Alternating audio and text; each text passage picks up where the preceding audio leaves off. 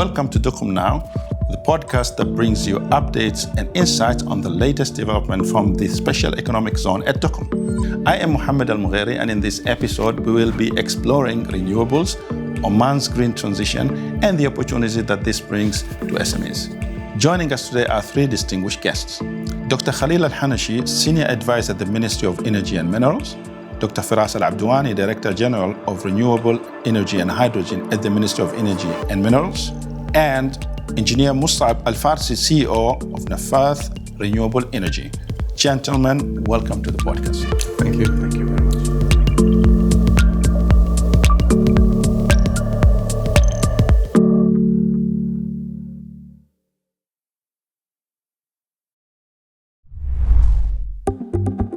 Established by the government, Development Bank has been a steadfast partner to Oman's business community since 1976. We offer a suite of tailored financial products and services designed to support the development of a fairer, more sustainable economy, empowering Omani businesses at every stage. For startups seeking seed capital or established enterprises looking for growth financing, Development Bank is here to support every ambition. Maybe what I can do is to give you a high level about the motivations of why a country such as Oman would go into renewables, and then we'll open the space to both from a technical, economic perspective and renewable energy participant in the market.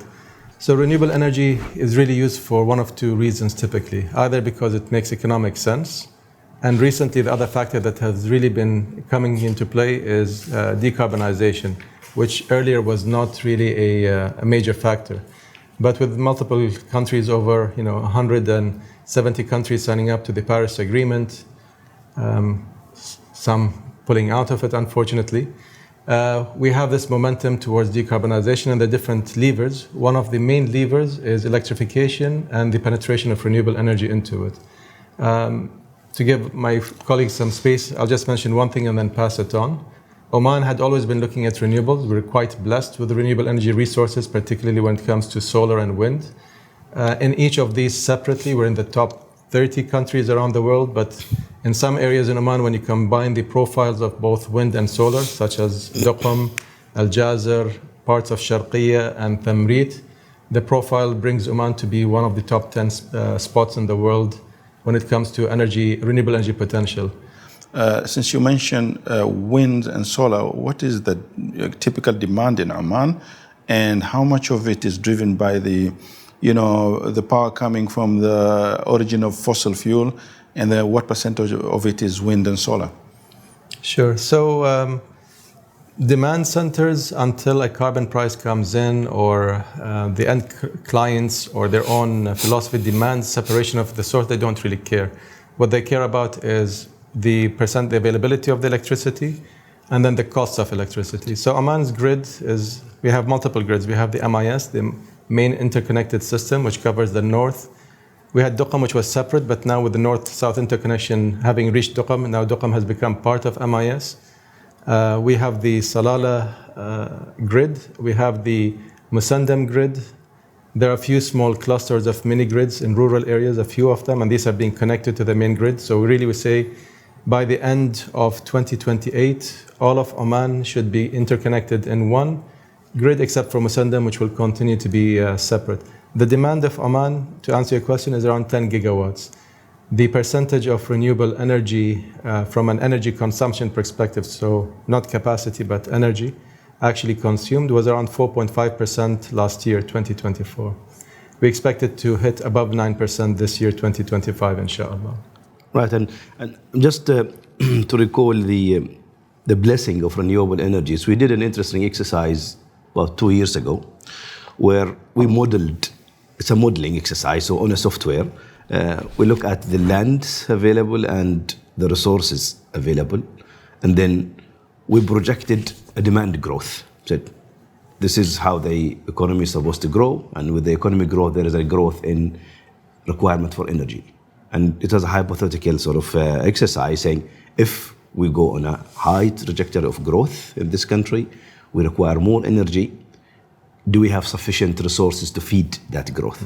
And you'd be surprised that on a conservative even basis, on just the usable part of the land, not all the land, just the ones that were allocated for renewable energy, there's potentially 5 times what we would need as a country in 2050, even if we are going on. There is a lot of wind. Already. There's a lot of wind and solar. Even if we grow very high, there's high demand, and we just want to use wind and solar. There is a lot of wind and solar in Oman. So Musab, you love that, right? I think you're happy with that, right? Just to give you, we have a very good number in Oman. I mean, the resources of solar and wind are abundant in Oman, and they are amazing. You are talking about almost 2,200 kilowatt hours per square meter of potential production from solar energy. That's why we see large projects already making very good sense. We already commissioned Ibri 2, 500 megawatts, an ambitious number. Now on the way to commissioning Manah, which is 1 gigawatt.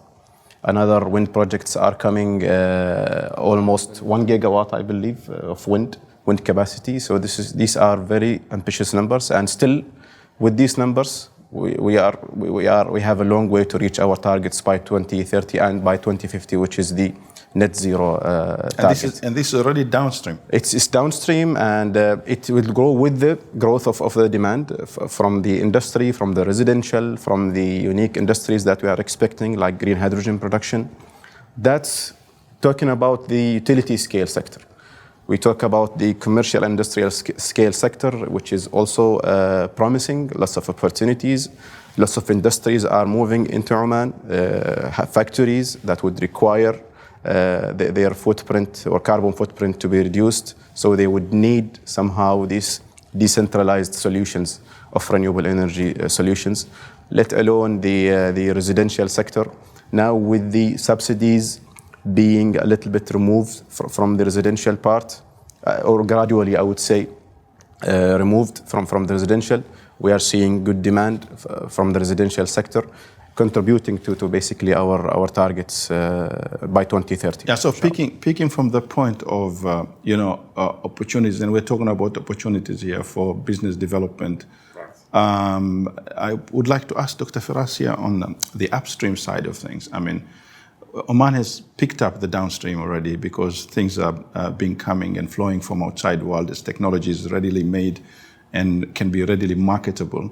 Is there something we can do also on the upstream to open up a new chapter of business development that requires innovation, industrialization, and so on? Maybe we can hear that from your side. Sure. So I'm not clear on what you mean by downstream, upstream. The production side, how you produce the technology itself and how you generate the electricity. You generate the technology that will generate the electricity, and then there is the middle part of it when you go into the development of these prototypes and ideas and innovation. And then downstream is when you start using it and buying the product and install it in industries or in domestic. So the upstream mainly is how you originate it from ideas to a product that can go to the market. Sure. So I'll answer it slightly differently. First, I'd like to touch on the topic of targets that Musab mentioned, and then I'll come to your question.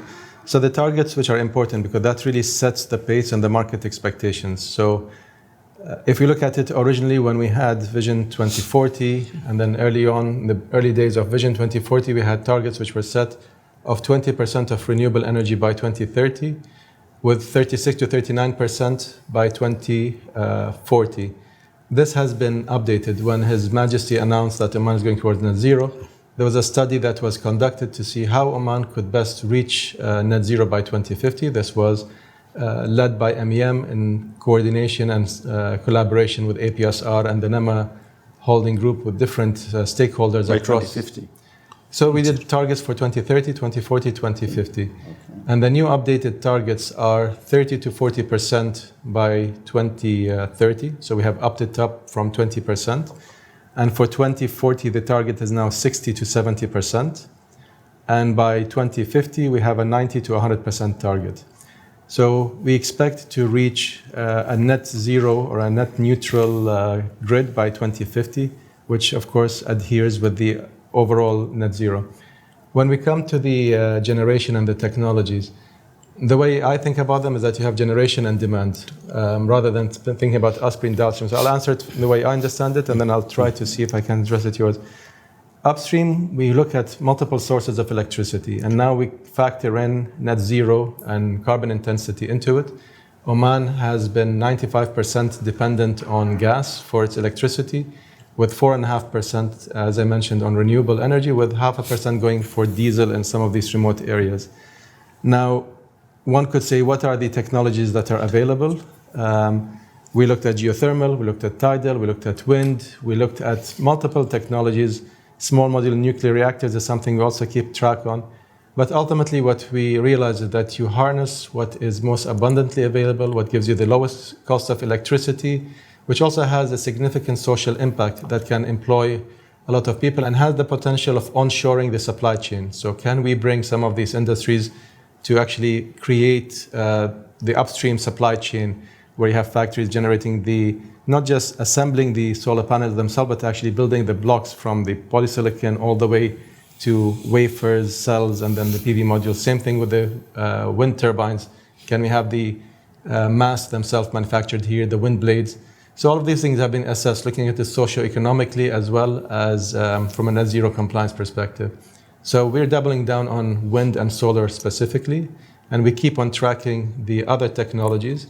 Now, what is really important, and again, I'll stop here to give space to my colleagues, is that when we come to renewable energy, it's very important that as we hit the 20% threshold, or even before that, to start including battery energy storage and other forms of energy storage systems. And I'll pause here. There's quite a bit we can discuss about storage and the cost of the system. But I'd like to give my colleagues an opportunity to chip in. Yeah, Musab, I think maybe you can also talk about the innovation, because there is Dr. Firas is hinting on innovations and then I will also supplement the how do we see the innovation happening in a more structured way. When it comes to the technology and innovation, as I mentioned, with the abundant resources of solar here in Oman, it makes it easier and makes it really competitive to have both large-scale projects and also commercial and industrial scale projects. When it comes to technology, what we have seen in the past years, and with the allocated areas for solar production, the best technology is to use bifacial PV modules, so that we can produce electricity from the upper face of the PV modules and the lower face as well, which is the bifacial module. Oh, yeah. It's an innovative, basically, product. In addition to that, the technology of tracking the sunlight, this is something that's already approved and proven when it comes to the projects. Already projects in PDO, project 120 megawatts, Ibri 2, and Manah, they are all based on tracking technology. And this bifacial, you put it vertically, you put it horizontally? So it's tracking the sun, basically. Oh, right. It's tracking the sun from the east to the west, right. From the sunrise to the sunset. Right. So that's actually amplifies your production. Right. It gives better production throughout the year. It gives better sense for the developers to come and put their plants, to come with their capital, basically, or foreign capital, to put their plants and then sell cheap electricity, making it competitive for this technology. What I want to mention here is that these ambitious targets that Dr. Firas mentioned, they are carefully studied. What I want to say is that in some countries there are ambitious targets, but they were not applied in a careful manner. Let's say if you push yourself and you push the penetration of renewable energy into the grid in a fast manner, in an unnatural, pushed, you want to do it very fast, then that would give slight of an impact on your infrastructure, on how it can handle this amount of renewables. In Oman, I believe the team here studied this and studied the experiences from other countries, and these targets are built gradually with the growth and with the improvement of the infrastructure, the available infrastructure of the transmission network, as well as the distribution network, so that it can absorb these continuous penetrations and growing penetrations of renewable energy. So, Dr. Khalil, do we have the infrastructure for research and development on this? Before I answer that question, I think I'm just latching on what Engineer Musab said. When you start introducing what I call energy transition, it normally goes into phases, and typically there are like 4 phases. Starts by experimentation. You need to experiment because you have an old system built, operating. I mean, electricity is there. We're just trying now to alter it by introducing a new element into an existing system. So in Oman, we've passed that stage where we were only doing 100 megawatt or less. Then once you know that's doable, you go into the upscaling. So to me, Abri was the first upscale. And then the moment that you've introduced two other sort of Abris, Manah 1, Manah 2, you are already into what we call system integration. So now you have enough mass or enough addition of the renewables into your existing system. And now, which I believe we are in the stage where you needed to learn how do we manage this integration, comes the story of, is the grid okay with this intermittency? Not capacity, but also managing the intermittency. We're moving from a system that we're controlling 100% to a system that is a cloud could be controlling at some point, the wind blow or not. So the ability to control the system is now challenging. The system becomes more resilient because we have multiple inputs into it. There's gas, there's solar, there's wind. But now you need, again, to go back to the experimentation and start experimenting with the batteries. Again, then upscale the batteries and integrate the batteries into the grid. So it always goes experiment, upscale. Operational challenges. Experiment, upscale, integrate. Ultimately, you will have a full transition, like the new system will be operating. It keeps on iterating. And it keeps on iterating. And there are multiple elements. We have done the solar. We have experimented the wind. I think we are already upscaled the solar. We experimented the wind. So next for us is to upscale the wind. This is about a couple of wind projects coming up. So that is also a critical moment where we have a upscale with wind and see what happens. And then we need to integrate the wind into the system and then go back to the batteries. And we keep iterating in these steps, experiment, upscale, integrate, until the whole system is transformed into the new energy sort of system eventually. So do you see an easy way of moving from these operational challenges, from pilot to upscaling to managing the operational challenges, into opening a whole new branch of research and development and innovation, which itself another challenge to open up, but it will open up with its opportunities. Do you see that coming soon, or we need to wait a little bit before until we build our learning curve? I think it happens at the same time because most of the pressing R&D is for us is more of applied R&D. Because we have a lot of projects to execute. Yes, you're right. And then they bring their own problems. So we need something that helps us do the experimentation. So is it happening, or we are still very virgin? I think it's naturally happening within the developer. So when they built Abri 1, of course, they've learned a lot. They're building Abri 2. But if you talk about sort of what I call basic or R&D innovation, like where you go from TRL 1 or technology level 1, that idea that didn't exist before, I think we don't have much capacity in that. We have more capacity into the applied bit. Like how do we operate, how do we install, how do we tweak? And the element I would like to add here to what Dr. Khalil mentioned is that even in those upper parts, if you look at us, Oman, we're not new to the game. We're not leading even on the implementation. There are countries which have much higher renewable energy percentages. There are a lot of learnings we can get. So I would say even the first steps that when we come to this integration or the iterative cycle of experimentation, scaling up and integrating are things that some nations are ahead of us by a decade almost, or at least 5 years. It's later on when we catch up. So we have an opportunity of leapfrog to catch up very quickly based on where they have reached the cutting edge. Once we reach that level, then those operational elements start kicking in where we also need to innovate. I also think it's very much a policy thing. So do we want to just be consumers of technology and focus on getting the lowest cost of electricity, move along with business as usual, or do we want it to be, a conscious decision that we want to be on the forefront of R&D? So this, I would say, depends on policy. And mentioning policy, I would say that just as renewable energy goes through these iterations, their existence into our market requires policy changes. You focus on the R&D, I would like to say also on the electricity sector itself. Some of these innovations require a relook at our existing policies and market structure. We really require policies to exist to help this energy transition. To give you an example, storage does not have a definition, energy storage in Oman's electricity sector. So how does that come in? We have ambitions of creating a national champion. We have ambitions of enabling the SMEs to have a greater role. So all of these require a dedicated policy, which then gets detailed into regulations, which are typically publicly consulted to get the feedback from the different parties. I'll mention a few of the policies, and then we can discuss perhaps how this impacts particularly the SMEs, since we have Musab with us. Some of the things we have been looking at, for example, the transmission tariff methodology, reforming it. Because today, if you look at it, really Oman was a very central system, remains a very central system where quite a few of the costs that are involved in the system are bundled up to make it simple for the end user.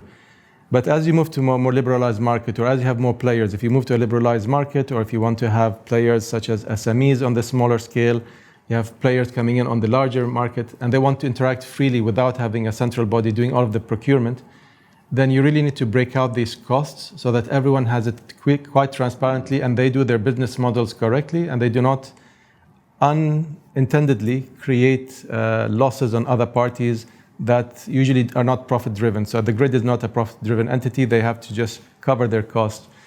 So the transmission is being looked at, the bulk supply tariff, the methodology, looking at the growth rates and what elements can be opened up to the market beyond the single buyer. The energy mix was looked at. We also looked at the electricity energy attributes or the renewable energy certificates, how to create that into a market that helps both the penetration of renewables, but also the allocation of these certificates to the industries who want them. Last year, we had the auto generation, direct sales, and wheeling policy that came out. If one looks at it from a high level, they'll think, okay, this is really just big, mainly for the utilities, but the way we designed the policy, that it also opens up the door for SMEs. And SMEs really had very limited business models on how they could participate in the market. Same actually with the big... Let me pick it up from there. I think on SME, because we have engineer Musab here, who is started this journey with his colleagues 10 years ago. Looking at the way you started, which is research and development outfit, that's Sultan Qaboos University, and came out of it and make a business out of this. Maybe you can shine a light on how does that environment supported you to grow to where you are now, and an independent, successful SME in the country, and what policies later on supported you, to do this. So you support them. I think you went from an R&D all the way through to a policy that is outside that R&D. Maybe you can tell us something about that. See, when you want to start a business, it's always you think about a product that can definitely sell into the market. And when we graduated in 2013, our final year project was a subject of renewable energy. But then again, we looked at the neighboring countries, we looked at the world, Europe, and the West and the East. And we saw that these countries with less abundant resources of solar and wind, and they are utilizing renewable energy to the max. And on the other hand, we have rich resources, abundant. Let me give you an example. Out of 365 days in a year, we have 340 days of clear sky clearance. This is very good for renewable energy projects, especially the solar PV projects. This gives a very good business case. It gives a good product for the end users, for the residential, for the commercial and industrial, let alone for the utility scale products. So we wanted to test a product, which is a grid-connected system to start with. And we didn't know where to do that, except inside the university, which actually allowed for this, for the sake of research and development. And we did 2 projects there, grid-connected. And from there, it took off to have the regulations in 2017. And from there, the awareness was there. Lots of companies opened up. Lots of training institutions opened up to give certifications to be able to install solar. Certified technicians, certified engineers to be able to install solar on the rooftops of homes, of factories, on government buildings. And from there we took off. Lots of projects were done. And I can say now in Oman, we are in a transition of having from a single source, which is the gas-fired source of power, to multiple sources, which is the renewable, the wind, and the conventional gas power. Are you thinking in that direction? This is now actually happening. So we are in the transition phase of this. Yeah, your organization has got a strategy to go into that. So we contribute in the renewables. Part. So what's happening is that this energy mix in our country needs a new infrastructure, needs a new optimized approach to protect the infrastructure, which is by innovating, for example, storage systems, as mentioned by Dr. Firas. The storage systems actually provide flavor to the energy mix to make it stable, to make it basically sustainable, and to make it also cost effective for the end user. When it comes to the storage, we have honestly started energy storage projects in Oman in a commercial scale, let's say, as Dr. Khalil said. We need to test on the lower scale and then we upscale it to the large scale. So we have done that for one of our clients. It's a government client. Just to give you an example, they have this camp which is nearby. It's a near remote area, and it's driven by diesel generators. Right. So and they were spending a lot of money on the diesel fuel, on the maintenance of the diesel. So what was installed is it was installed the solar PV plus the energy storage, the battery, plus the diesel generator. So the diesel generator was there. So you can see this energy mix, and you can make basically an optimized controller to make a harmonic interaction between the three sources to give a final product which is a low kilowatt hour, a low cost kilowatt hour, a sustainable and basically a cost-effective solution for them. There's a mix here on the table, right? You have a private sector SME, you have an oil and gas sector here. Double hatting. I know, but let's take the first hat so that it becomes a nice mix. And then you have a government. You were just surprised to tell you that our best customers are the oil and gas customers. Yeah, so that's what I was going to ask you. So if you look at that mix and you've got the government sector here with another mix, so what would you see a nice model? What would you ask them? Because you need, there is a policy enablement that you need from the government. There is collaboration you need from somebody like, fossil fuel, which is our economy is based on. You need collaboration there in a context that you don't tell them, I'll take away your business of energy. So what would you tell them? What from a challenge point of view, what do you think it will be a nice workable model for the next 10 years of your company growth, given that mix? See, when we say, when it comes to the business model as a PPA model, it's clearly a public-private partnership model. So it's win-win situation for all. For the government, because they are applying their policies right. They are seeing their policy applied in the right manner. There is no maneuvering around the policies. So you could see it clearly applied and with clear instructions. The developers would be encouraged to come to bring foreign currencies to the market. SMEs themselves will have better access to financing for these projects. Oil and gas companies, part of their transition, as we mentioned, it's not a replacement, it's not a competition, it's coexistence, basically. The renewables plus the oil and gas. I told you, the oil and gas companies are one of the best customers when it comes to renewable adoption.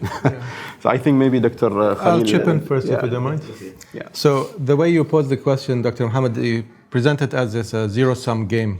And you try to say that they actually coexist. If you focus and zoom in on the electricity sector and the role of gas in it, then it is a zero-sum game. You are displacing gas out of the market and replacing it with renewables. But the economy is not based on that. The economy is much larger. You have the industry sector, you have the LNG for export for gas. So if you broaden the perspective, it's not a zero-sum game. There are other uses that this gas can go to, and I would argue there are better uses than generating electricity with them. We are having a lot of lost opportunities by actually using this gas in the electricity sector.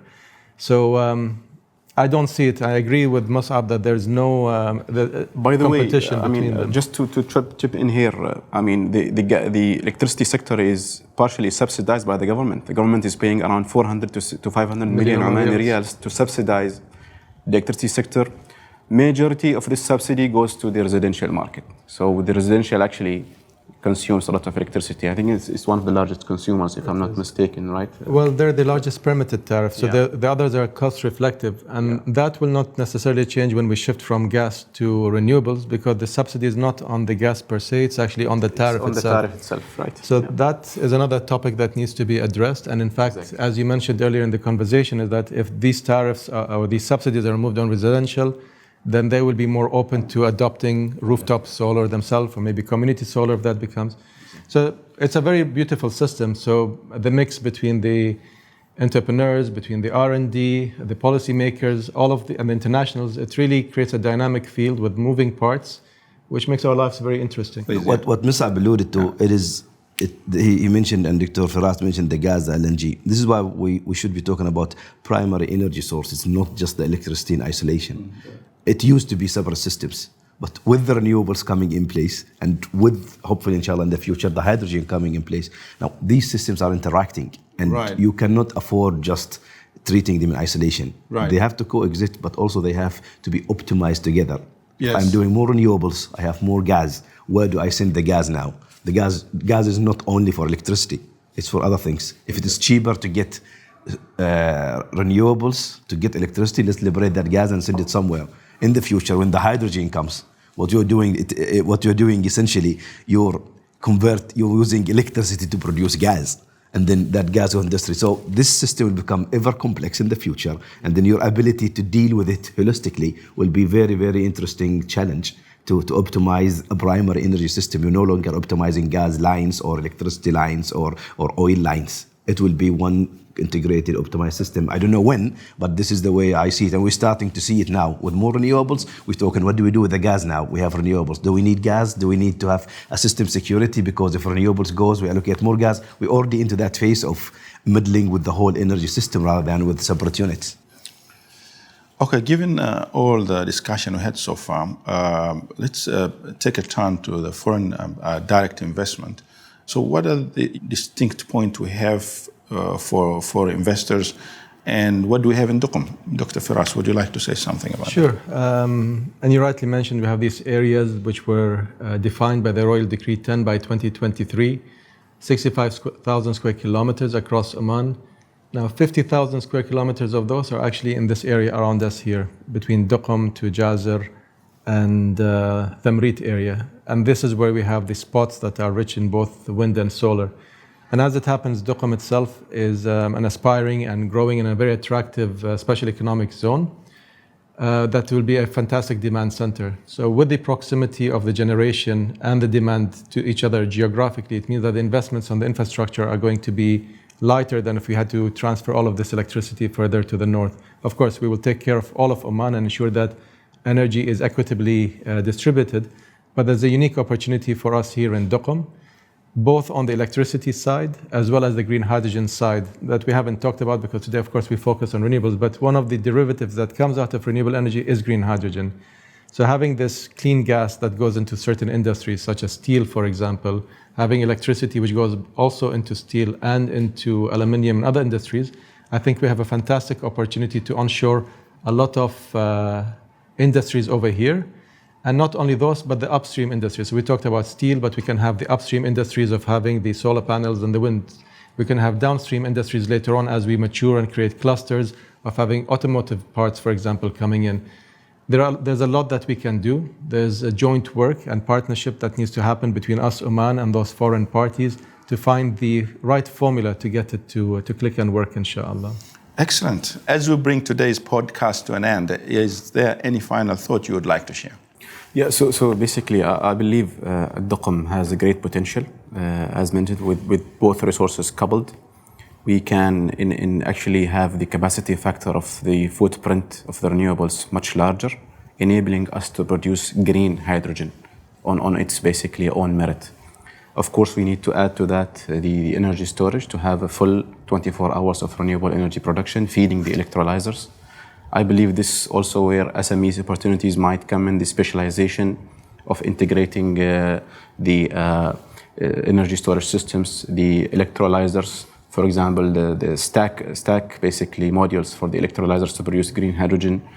All of these efforts need to be combined between the public and the private and the foreign investors to enable this to make it a reality.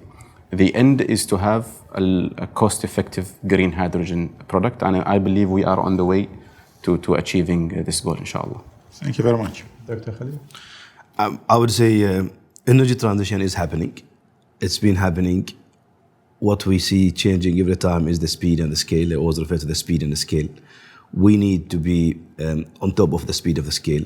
Scale it up when it makes sense, speed it up when also it makes sense, and we shouldn't be afraid from scaling or speeding a little bit down if it doesn't economic sense. The socio-economic benefits should be well integrated, and we need to be dynamic, and we need to be vigilant to the global changes and to the local socio-economic needs. Sometimes we'll have to do it because it is a socio-economic sort of driver. Sometimes we'll have to do it because it is a global driver. There is no shame in saying that we change course. The ultimate goal is there. Energy transition is ultimately we're going to get there.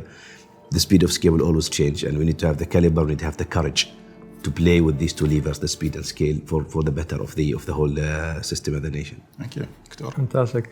And I'll take that segue. I think it's wonderful. We're all aligned. Our conversation has really been focused on renewable energy, but Oman has many levers. So this interplay between the different levers and being agile, I fully agree with.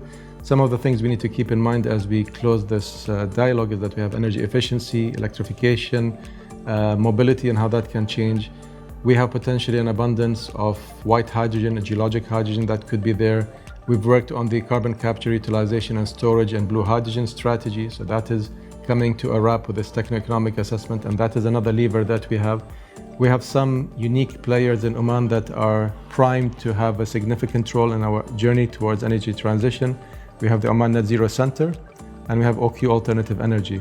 And these two will have a significant role in shaping the future of Oman. And we all have our parts to play. And we're looking to attract new players and partners to join us. Inshallah. Thank you very much, guys. Thank you very much. We hope you've enjoyed the conversation on renewables, Oman's green transition, and the opportunity that this brings to SMEs. I'm Mohamed Al Mughairi. Thank you for listening.